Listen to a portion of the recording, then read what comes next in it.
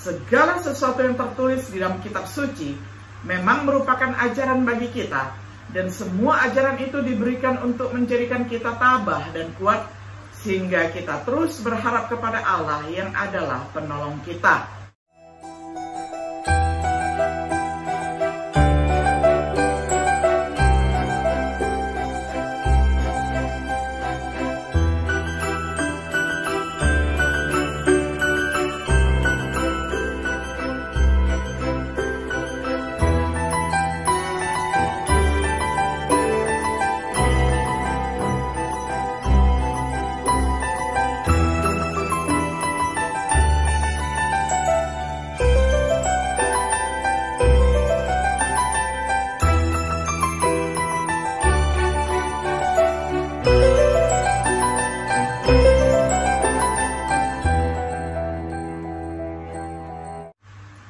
Shalom, sahabat Biblika yang dikasihi oleh Tuhan.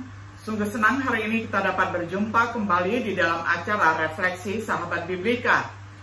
Pada hari ini kita tiba pada episode yang ke-10 di dalam serial pembahasan Kitab Galatia dengan tema Tujuan Hukum Taurat. Kita akan membaca dari Kitab Galatia pasal 3 ayat 15 sampai ayat yang ke-25. Saya akan bacakan untuk kita semuanya di dalam terjemahan sederhana Indonesia. Contoh sederhananya begini, saudara-saudari, kalau seseorang sudah membuat suatu surat perjanjian atau wasiat, dan surat itu sudah disahkan, maka tidak seorang pun dapat membatalkannya atau menambahkan ketentuan-ketentuan lain ke dalam surat itu. Nah, begitu juga perjanjian yang sudah disahkan Allah dengan Abraham dan keturunannya tidak dapat diubah. Lagi pula pada waktu Allah berjanji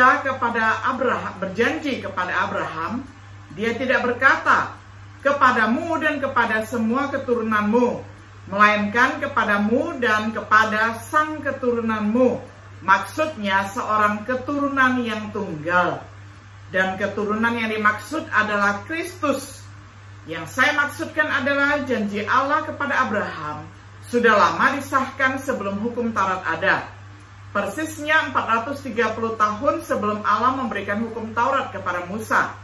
Artinya, dengan memberikan hukum Taurat, Allah tidak membatalkan atau mengubah janji yang sudah Dia sahkan dengan Abraham.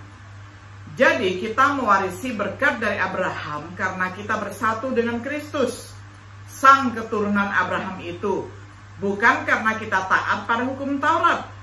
Sebab kalau berkat itu atas dasar perbuatan kita sendiri, berarti bukan atas dasar suatu perjanjian.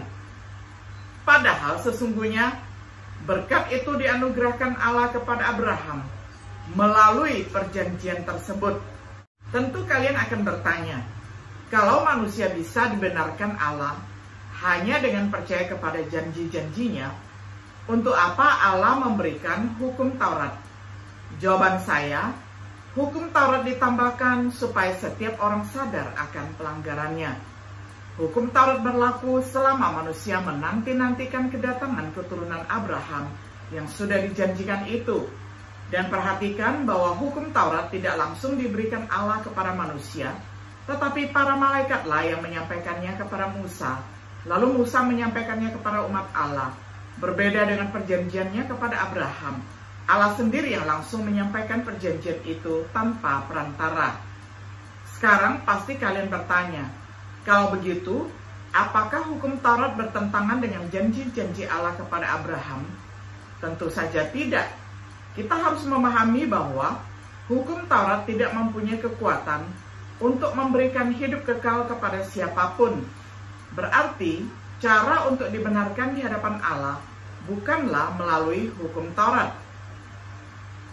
Sebaliknya, melalui peraturan dalam hukum Taurat, Allah membuat setiap orang seolah terpenjara karena berhutang dosa kepadanya.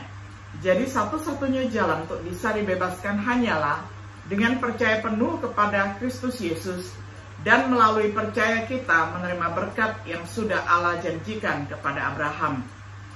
Tetapi sementara manusia menunggu kedatangan Kristus, keturunan Abraham itu Dan sebelum kita bisa dibenarkan di hadapan Allah melalui percaya, Allah memberikan hukum Taurat untuk mengatur manusia. Pada waktu itu, hukum Taurat menjadi seperti pagar yang membatasi kita sampai tiba saatnya kita dibebaskan dengan percaya kepada Kristus. Hukum Taurat juga bisa digambarkan seperti penjaga yang mengawasi, mendidik, dan menuntun kita untuk percaya kepada Kristus, supaya kita dapat dibenarkan oleh Allah. Tetapi bagi kita yang sekarang sudah percaya dan bersatu dengan Kristus, kita tidak perlu lagi diawasi dan dituntun oleh penjaga itu. Sampai demikian jauh pembacaan firman Tuhan dari Galatia 3 ayat 15 sampai 25. Sahabat Biblika yang dikasihi oleh Tuhan, dalam mengajar mereka dibenarkan oleh iman di dalam Kristus, Paulus mengingatkan jemaat Galatia bahwa mereka menerima roh melalui pendengaran akan iman. Ahli waris Abraham adalah mereka yang beriman. Mereka yang melakukan hukum Taurat berada di bawah kutukan.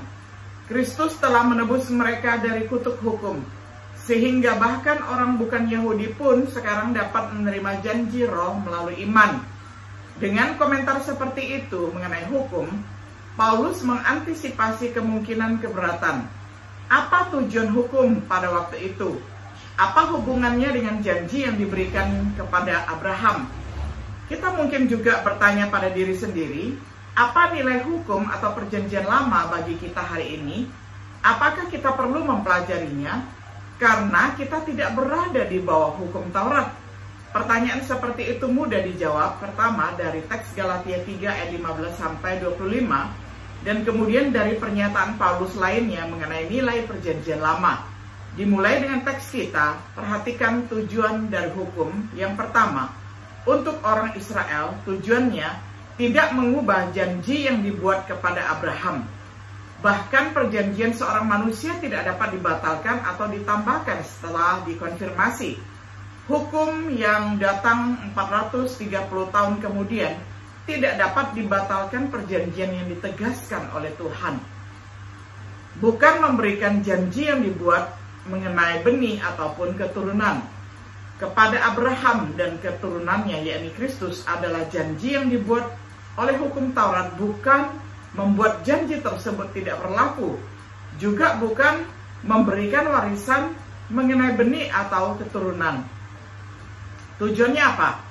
Hukum ditambahkan karena pelanggaran-pelanggaran, untuk tujuan mengungkapkan dan menyatakan kepada keberdosaan manusia, sampai benih atau keturunan yaitu Kristus datang kepada siapa janji itu dibuat, tidak bertentangan dengan janji, tetapi tidak dapat memberikan kehidupan.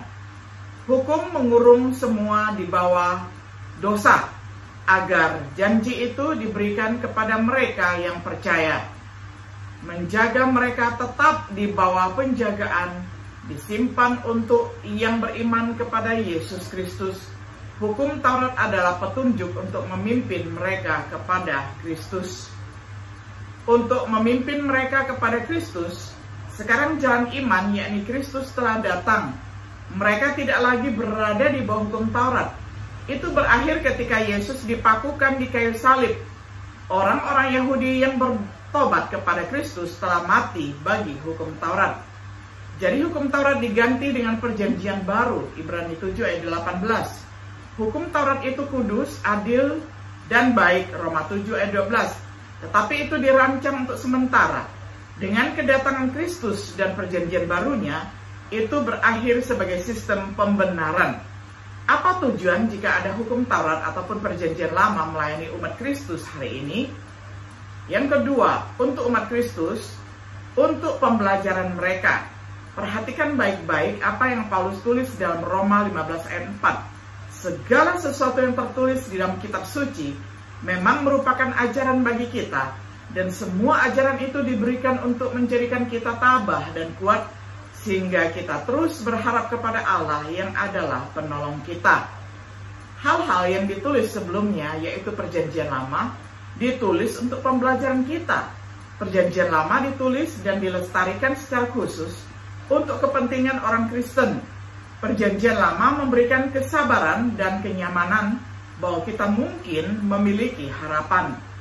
Perjanjian Lama memberikan catatan tentang kesetiaan Allah, bagaimana Dia menepati janji-janjinya kepada Abraham dan bangsa Israel, untuk menghakimi orang jahat dan membalas orang benar, untuk memaafkan orang yang bertobat dan melindungi orang yang rendah hati.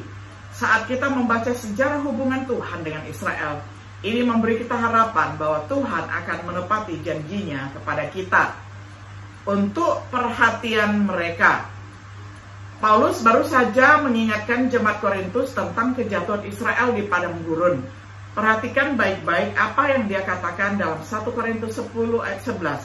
Semua yang terjadi pada mereka merupakan contoh bagi kita, dan hal-hal sudah tertulis dalam firman Allah sebagai peringatan bagi kita yang hidup di zaman terakhir.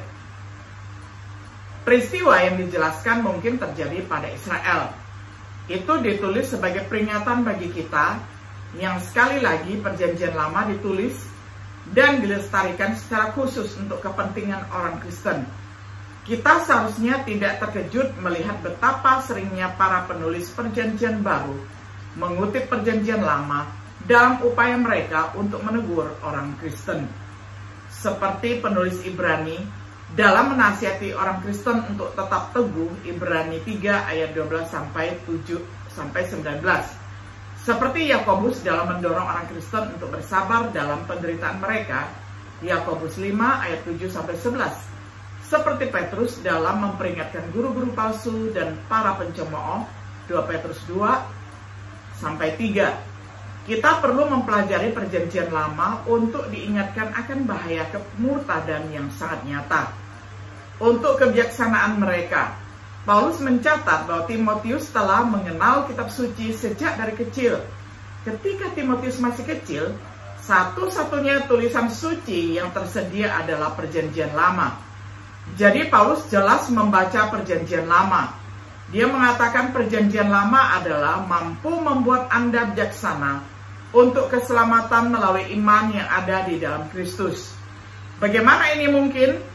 Perjanjian Lama menyediakan informasi yang jelas tentang jatuhnya manusia ke dalam dosa dan bagaimana bangkit dari keterpurukan dosa, latar belakang dan perkembangan skema penebusan Tuhan, ratusan nubuatan mesianik yang menjelaskan apa yang diharapkan ketika Dia datang.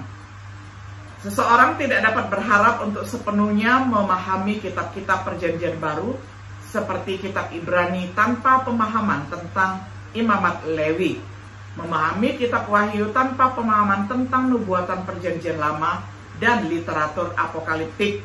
Jika seseorang ingin bijaksana mengenai keselamatan mereka di dalam Kristus, sangatlah penting untuk mempelajari Perjanjian Lama. Untuk keuntungan mereka, sejarah kitab suci, seluruh kitab suci termasuk kitab suci Perjanjian Lama, khususnya dalam konteks ini 2 Timotius 3 ayat 16-17. Oleh karena itu Perjanjian Lama menguntungkan untuk mempelajari doktrin seperti sifat Allah, manusia, dan dosa, memberikan teguran dan koreksi sebagai kebutuhan akan pertobatan, instruksi dalam kebenaran, yakni petunjuk bagaimana menjalani kehidupan yang saleh. Oleh karena itu para rasul seringkali memakai Perjanjian Lama ketika mengajar orang Kristen tentang perilaku mereka. Sementara aspek-aspek tertentu dari pembenaran dan penyembahan telah berubah, banyak prinsip kebenaran tetap sama di bawah Perjanjian Baru. Sebagai kesimpulan, bagi orang Israel, hukum Taurat memiliki tujuan yang berharga. Itu membantu mereka untuk memahami sifat dosa dan kebutuhan akan penebusan. Hukum Taurat membimbing mereka sampai benih atau keturunan yang dijanjikan, yakni Kristus, yang melaluinya Tuhan memberkati semua bangsa. Bagi umat Kristus, hukum Taurat terus melayani tujuan yang berharga untuk pembelajaran dan petua kita, untuk kebijaksanaan dan keuntungan rohani kita, sementara kita bersukacita dalam keselamatan yang sekarang ditawarkan melalui iman di dalam Kristus. Marilah kita tidak pernah meremehkan nilai mempelajari Perjanjian Lama. Banyaknya teladan ketaatan melalui iman, yakni Ibrani 11 ayat 1-40, harus mengilhami kita untuk juga berjalan dalam langkah-langkah iman. Sahabat Biblika yang dikasihi oleh Tuhan, kita sudah melihat tujuan hukum Taurat ada bagi umat Tuhan. Dengan demikian, marilah kita mencintai perjanjian lama sama seperti kita mencintai perjanjian baru. Karena kedua perjanjian itu adalah firman Allah yang hidup. Oleh karena itu, biarlah setiap saat ada kesempatan, kita mengusahakan kesempatan untuk senantiasa belajar kitab suci yang menjadi penuntun dan petunjuk di dalam kehidupan kita. Kiranya Tuhan Yesus memberkati dan menyertai kita senantiasa. Shalom.